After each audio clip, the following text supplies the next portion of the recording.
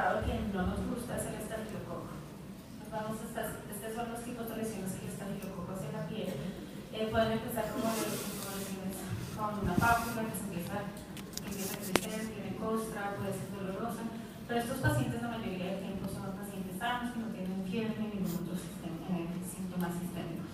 Entonces estas lesiones consistentes son el impetigo. El impetigo es causado principalmente por el estafilococo aureus, pero el estreptococo piógenes también puede causar este tipo de lesiones. Puede ocurrir de forma primaria o puede ocurrir de forma secundaria, como en pacientes que tienen dermatitis atópica. Si ustedes no tratan estas lesiones, muchas pueden desaparecer por ellas solas, pero otras pueden ponerse mucho peor y progresar a celulitis, septicemia o linfangitis. Y la mayoría de los pacientes, como mencioné anteriormente, no tienen ningún síntoma sistémico. Entonces, ahora este caso, estos son dos hermanos que vimos en nuestra consulta, que empezaron con lesiones muy parecidas a la primera que les mostré, pero empezaron a multiplicarse por todo el cuerpo y los dos hermanos estaban igualmente afectados. Tenían mucho dolor en la piel, estas lesiones había lesiones ampollosas, había descamación de la piel y también tenían fiebre y malestar general. Esta es la foto del hermano, un poco más generalizada en la parte de las axilas, del cuello, y en este caso hablamos del impetigo ampolloso. Entonces este ya es como un monstruo diferente. Esto es causado, los pacientes normalmente tienen una infección primaria por la bacteria y la bacteria produce una toxina que es la toxina exfoliativa, normalmente del tipo A o B, del fago del estafilococo y que va a atacar la desmoglobina tipo 1, que es una proteína muy importante de la piel que la mantiene junta, y esta misma proteína se ve en la piel escaldada. La mayoría de estos pacientes, si cultivamos las lesiones, van a ser positivas y es menos común que el impetigo vulgar. Entonces, es como un break del estafilococo. Y ahora tenemos estos pacientes. Entonces, llega este bebé a nuestra oficina con este eritema perianal. El bebé está bastante incómodo, llorando mucho, con mucha picazón, no quiere hacer deposiciones.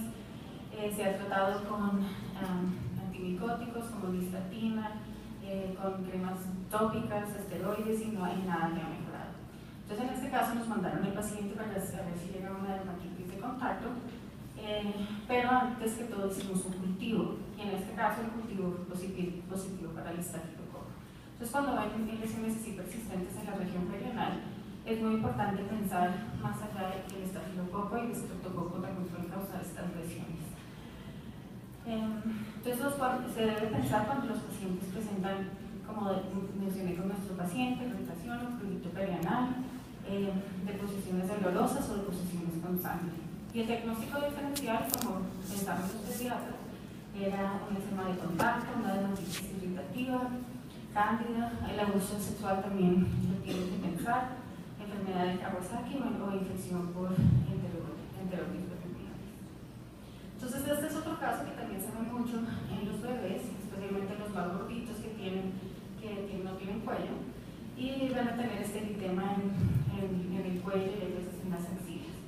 La mayoría de las veces se puede tratar muy bien con talcos o con listatina, pero este paciente en particular que había sido tratado con estos medicamentos sin ninguna mejoría, se le había dado también hidrocortisona sin mejoría y los papás estaban bastante preocupados. Entonces en este caso lo vimos en la sala de urgencias y hicimos un cultivo, el cultivo fue positivo para el estafilococo. Entonces, como dije, el intertrigo es una dermatitis que se causa principalmente por fricción y está exacerbado por la humedad que ocurre en estos sitios. Y después la infección ocurre secundariamente, lo que más vemos es el cándida, pero ahora también hay que pensar en el estafilococo y el estreptococo como causas de este tipo de lesiones. Entonces, ¿en qué casos deben considerar? Especialmente pacientes que tengan lesiones más severas, que sean más intensas, más rojas, más húmedas, que sean maceradas, que tengan mal olor. Y la otra clave es que no tengan lesiones atréticas, que esas son las que normalmente vemos en pacientes que tienen cándida. Entonces, ahora este paciente, esta es una niña que tenía ciertas lesiones en la piel, la mamá pensaba que eran picaduras de pulga, pero las lesiones fueron progresando, se volvieron muy dolorosas y con esta costra negra y y la UNCE, entonces la llevó al centro de urgencias. Cuando vemos este tipo de lesiones, el diagnóstico diferencial es bastante extenso, pero lo primero que hicimos es que se hizo un cultivo de esta lesión, y esta lesión fue positiva para el estafilococo. Entonces, esta lesión es la paciente, además de la lesión, no tenía ningún otro síntoma sistémico, era una paciente muy saludable. Y el ectima es una forma de lo que llamamos infectivo profundo. Entonces, la infección no está solo en la dermis superficial, en la epidermis, sino llega a la dermis más profunda. Y lo que vemos es que puede ser secundaria a úlceras o picaduras de mosquito, por eso la vemos normalmente en las extremidades. Entonces, ¿qué pasa con estas lesiones? Primero en una vesícula o una pústula que se forma con una costra necrótica, si se vuelve una úlcera, está provocado y después una cicatriz. Como dije anteriormente, estos pacientes normalmente se ven muy bien, no tienen fiebre, y lo que hay que hacer siempre es cultivar este tipo de lesiones. El diagnóstico diferencial siempre debe incluir el ectima gangrenoso, especialmente si son pacientes con inmunosupresión o muy enfermos, antrax o úlceras vasculares.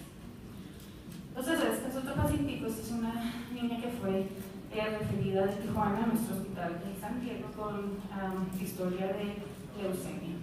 La paciente estaba bastante enferma y la mamá empezó a notar 2 días este tipo de lesiones que empezaron como pápulas que se fueron enredando muy rápidamente, muy dolorosas, con áreas purpúricas, como pueden ver aquí en el centro. Entonces, siempre que vemos lesiones así en pacientes que no tienen un buen sistema inmune, siempre recomendamos hacer biopsia para el cultivo de tejido y para mirarlo de histología. Entonces, en este caso hicimos una biopsia de esta lesión y lo que encontramos fue una vasculitis con un gran aumento de bacteria negativa alrededor de los vasos sanguíneos. Y esto es lo que vemos en el ectima gangrenoso. Y el cultivo fue positivo para la Pseudomonas aeruginosa. La Pseudomonas no es la única bacteria que puede causar este tipo de lesiones. También el estafilococo resistente ha sido reportado, y otras bacterias como la E. coli. Y estas lesiones, a diferencia del ectima, que empieza de afuera hacia adentro, esto ocurre de adentro hacia afuera. Los pacientes tienen una bacteremia, que la bacteria va por los vasos sanguíneos, causa vasculitis y necrosis, y después vemos las lesiones que vimos en este paciente. Como dije, son pacientes inmunocomprometidos, muy enfermos. Siempre se debe hacer cultivo de la lesión y también hemocultivo.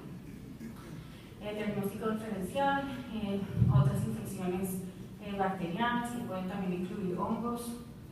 Y el tratamiento son pacientes que siempre se aplican en el hospital, se dan antibióticos intravenosos y se recomienda el tratamiento con antipseudomonas. Entonces, esto lo vemos bastante en nuestro hospital. Son pacientes que vienen con este tipo de lesiones. La mayoría de las veces ellos dicen: ay, me picó una araña, tengo esta picadura de araña que no se quiere quitar, y empieza a salir pus. Entonces, esta lesión es consistente con un absceso, y este grupo de lesiones, la celulitis, el absceso y los forúnculos, son lesiones que son un poco más profundas, y la mayoría de ellas son causadas por el estafilococo meticilino resistente. Entonces, hay una colección de material purulento. En los forúnculos son los folículos pilosos los que se infectan, y esto puede pasar en cualquier parte del cuerpo. Entonces, hay ciertos factores de riesgo que se han detectado. Principalmente pacientes que son portadores crónicos de la bacteria, pacientes que tienen enfermedades crónicas como la diabetes, pacientes con obesidad, con higiene pobre y estados de inmunodeficiencia. Entonces, algunos datos sobre el estafilococo meticilino resistente. Fue descrito inicialmente en 1960, y en los Estados Unidos y en muchas partes del mundo se han visto un aumento en el número de infecciones causadas por esta bacteria. Al comienzo, esta bacteria también estaba causando muchas infecciones muy severas, sistémicas, pero lo bueno es que en los últimos años ha habido un descenso de este tipo de infecciones, pero las infecciones de la piel más o menos siguen del mismo nivel, en algunas ciudades en aumento. La prevalencia varía en diferentes partes del mundo. En Alemania es muy baja, pero en ciudades de los Estados Unidos como Texas es bastante alta. Y como ya dije, son infecciones que se causa estos abscesos y estas celulitis. Entonces, como dije antes, también puede causar infecciones más severas, las que son reportadas. Tenemos la neumonía necrotizante, osteomelitis, artritis séptica, sepsis y también síndrome de Waterhouse-Frederick. Y lo vemos en ciertos grupos. Entonces, esos pacientes que están en grupo atletas de deportes de contacto, realmente no sé los datos en los jugadores de fútbol, pero en los Estados Unidos se ve mucho en los jugadores de fútbol americano, también en los recién nacidos, en las unidades de cuidado intensivo y personal que está en las cárceles, militares y ciertas poblaciones en particular. En pediatría, especialmente, hay ciertos factores de riesgo. Se ve más dependiendo de la edad, especialmente en niños jóvenes, pacientes que tienen enfermedades crónicas. Si los papás trabajan en el hospital, eso también va a ser un riesgo para los niños de tener meticilina resistente. En los Estados Unidos hemos visto que pacientes de raza negra tienden a tener más esta infección y de los grupos socioeconómicos bajos. Y perdón que el letrero lo traduje, pero mi computador no se estaba portando bien. Entonces, cosas importantes de la biología del meticilino resistente, porque causa este tipo de infecciones.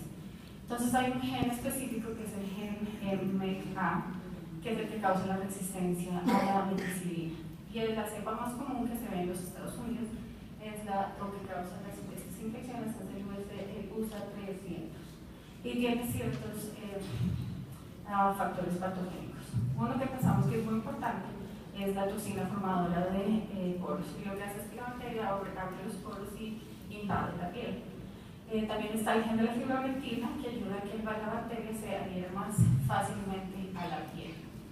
Otras toxinas como las exotoxinas o como el elemento móvil catabólico de la arginina, que ayuda a que la bacteria viva más fácilmente en superficies ácidas como es la piel. Entonces, ¿cómo vamos a tratar a estos pacientes? ¿Cómo vamos a deshacernos de estos invitados no deseados? Entonces, para nosotros, y la forma como me entrenaron a mí, siempre hay que cultivar cualquier lesión sin el diagnóstico diferencial está la infección.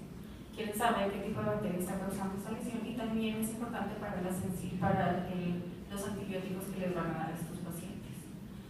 Entonces, ¿cómo vamos a tratar el hipertico? Un análisis de Cochrane que miró si había alguna diferencia entre el tratamiento tópico o el placebo en este tipo de lesiones superficiales de la piel. Y lo que encontraron fue que la butilocina, el ácido fusfídico y la retapamulina eran mejores que el placebo. La bacitracina, que la usan mucho porque está en el antibiótico triple, no fue mejor que el placebo. ¿Qué pasa con el antibiótico tópico y el antibiótico oral? Realmente no hubieron muchas diferencias entre estos dos tratamientos, pero el problema es que si el uso de estos antibióticos tópicos, la bacteria, vemos mayores resistencias. Entonces, en la mayoría de los casos, tendemos a usar más antibióticos sistémicos.